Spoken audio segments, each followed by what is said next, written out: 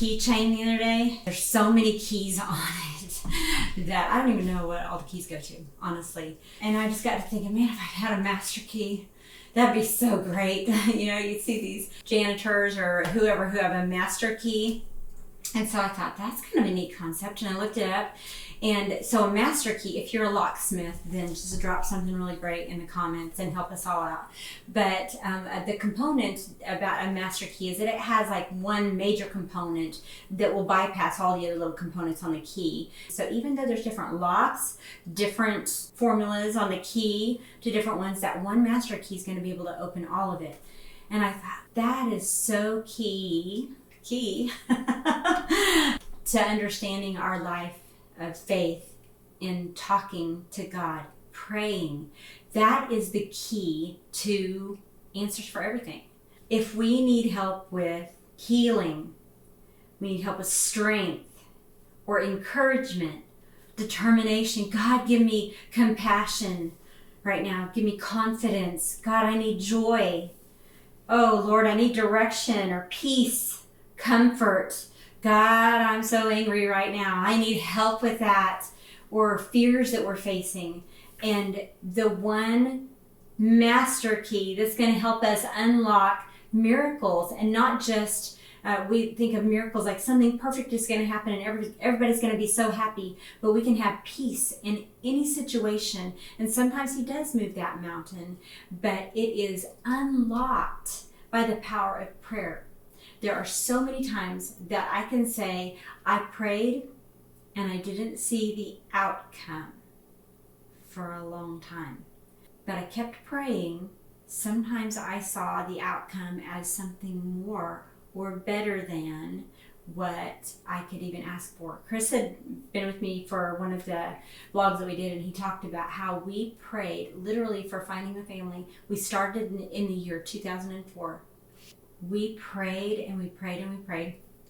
No open doors, and that's okay. We kept doing the things that were laid in front of us. Whatever God asked us to do, we did it. We learned so much about administration when it comes to recovery, and about just helping people through their issues when it comes to the fears in their heart, or the past things that hurt them so bad that they had to get over. Whatever it was that we needed to learn a little bit more of, God was compiling that into our abilities to start this ministry.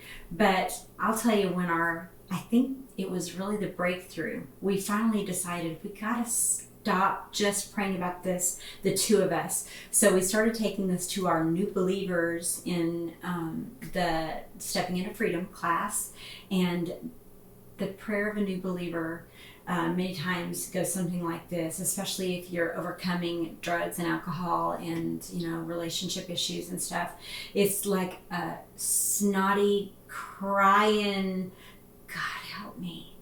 And it's real and it's raw, and it's something that I think we lose touch with the more confident we get in the words that we say to God, the older we get in the Lord.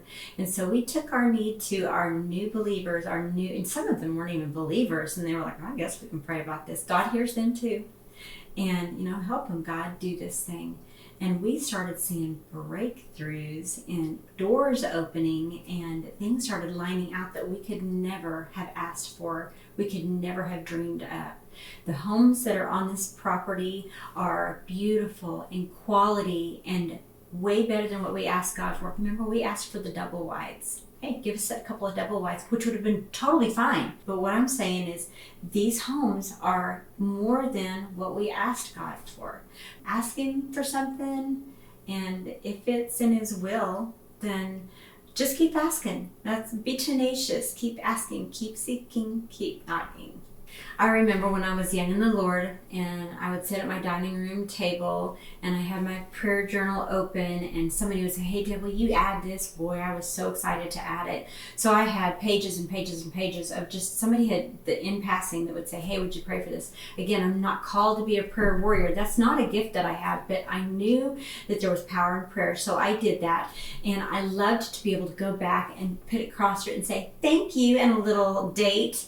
And there were some times that I prayed for years and I'm like, there's no answer to this prayer. Or sometimes God actually put a shut door on that prayer.